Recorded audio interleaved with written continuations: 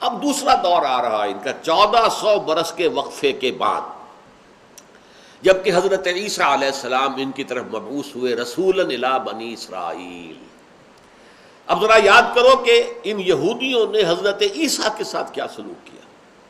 وَإِذْ قَالَ عِیسَیٰ ابْنُ مَرْیَمَ، اور جب کہ کہا تھا مریم کے بیٹے عیسیٰ نے، یا بنی اسرائیل، اے بنی اسرائیل، انی رسول اللہ الیکم، میں اللہ کا رسول بن کر آیا ہوں تمہاری طرف۔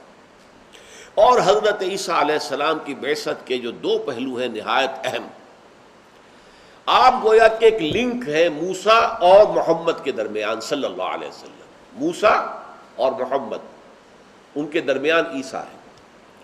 ان کا رول کیا تھا؟ مصدقا لما بین یدی من التوراہ، میں تصدیق کرتے ہوئے آیا ہوں اس کی جو میرے سامنے موجود ہے تورات میں سے۔ خاص طور پر شریعت موسوی کی انہوں نے پوری طریقے سے توثیق کی کہ تم پر شریعت موسوی لاگو رہے گی، میں کوئی نئی شریعت لے کر نہیں آیا ہوں۔ جئتکم بالحکمہ، میں حکمت لے کر آیا ہوں۔ شریعت کا جو باطنی، جو اس کا اندرونی اور باطنی جو عنصر ہے جس کو تم بھول گئے ہو، تم نے صرف شریعت کو بنا لیا ہے روکھے پھیکے قانونوں کا بس ایک مجموعہ، جس کے اندر کہیں گداس نہیں، کہیں قلب کے اندر نرمی نہیں، تمہارے دل سخت ہو چکے ہیں۔ ثم قست قلوبکم فہی کالحجارۃ واشد قسوۃ، اللہ کی خشیت نہیں ہے تمہارے دلوں کے اندر، اللہ کا خوف نہیں ہے تمہارے اندر، آپس کی محبت نہیں ہے تمہارے اندر، بس قانون، ایک لیگل انداز، بس قانون کے اوپر ہم نے عمل کرنا ہے۔ یہ جو تمہاری شکل ہو گئی ہے تو دین کی اصل حقیقت تو باطنی کیفیات ہے۔ اللہ سے محبت ہو، اللہ پر توکل ہو، اللہ کے ساتھ جو ہے وفاداری کا رشتہ ہو، خلوص اور اخلاص کا تعلق ہو۔ حضرت موسیٰ علیہ السلام کا پہلو، حضرت عیسیٰ کی بعثت کا پہلو یہ مصدقا لما بین یدی من التورات، میرے سامنے جو تورات موجود ہے جو موسیٰ کو دی گئی تھی 1400 سال قبل، میں اس کی تصدیق کرتے ہوئے آیا ہوں۔ اب اس کے دونوں معنی ہیں، میں تصدیق کرتا ہوں کہ یہ اللہ کی کتاب تھی، اللہ کی کتاب ہے جو موسیٰ کو دی گئی تھی۔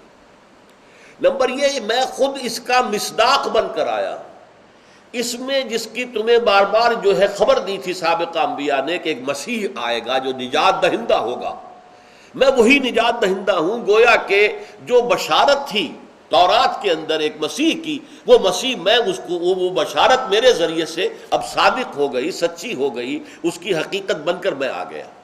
یہ دونوں معنی اس کے ہیں کہ ورنہ وہ ابھی بشارت جو ہے وہ تو ابھی تشنہ تھی، ابھی وہ فلفل نہیں ہوئی، اس کا مصداق ظاہر نہیں ہوا۔ نہیں، میں مصداق ہوں اس کا، اس بشارت کا، مسیح کی جو بشارت دی گئی تھی میں اس کا مصداق بن کر آیا۔ دونوں معنی ہیں کہ میں تورات کی تصدیق کرتا ہوں، تورات کی تعلیمات کی تصدیق کرتا ہوں، تورات میں جو شریعت اللہ نے تمہیں دی تھی اس کی تصدیق کرتا ہوں، اور یہ کہ خود جو بشارت مسیح کی تھی تورات کے اندر میں اس کا مصداق بن کر آیا ہوں کہ وہ مجھ پر صحیح طور پر چشمہ ہو رہی ہے، ورنہ گویا کہ ابھی تک وہ پروفیسی جو ہے وہ انفلفلڈ تھی۔ اور یہ نوٹ کر لیجئے، چونکہ یہودیوں نے حضرت مسیح کو نہیں مانا، لہذا وہ پروفیسی ان کی ابھی تک انفلفلڈ ہے۔ دی سچویشن از ویکنٹ، وہ سمجھتے ہیں کہ ابھی ہمارا مسیح آنا ہے، وہ انتظار میں ہے، مسایہ، اس کو مسایہ کہتے ہیں، مسایہ آئے گا، اور وہ مسایہ جو ہے اب جو آئے گا وہ جھوٹا دجال ہوگا جو مسیح ہونے کا دعویٰ کرے گا۔ اصل مسیح آ کر پھر اسے قتل کریں گے، الدجال، المسیح الدجال۔ اور المسیح جو حقیقی تھے، جو آ گئے تھے، جنہیں مانا نہیں، وہ ہے کہ جو در حقیقت آ کر اس مسیح دجال کو جو یہودیوں کا لیڈر ہوگا، جبکہ آخری زمانے میں، اور زمانہ وہ دور نہیں ہے، آخری کے لفظ سے یہ نہ سمجھیں کہ کوئی 200-400 سال دور ابھی ہے، بہت قریب آ چکے ہیں وہ واقعات قرب قیامت کے۔ اس میں جو جنگ ہوگی آخری، جس میں یہودی ایک طرف ہوں گے اور مسلمان دوسری طرف، تو اس کے اندر جو قیادت فرمائیں گے مسلمانوں کی وہ حضرت عیسیٰ ہوں گے، اور یہودیوں کا قائد وہ جھوٹا مسیح ہوگا، المسیح الدجال، اور اسے حضرت مسیح قتل کریں گے۔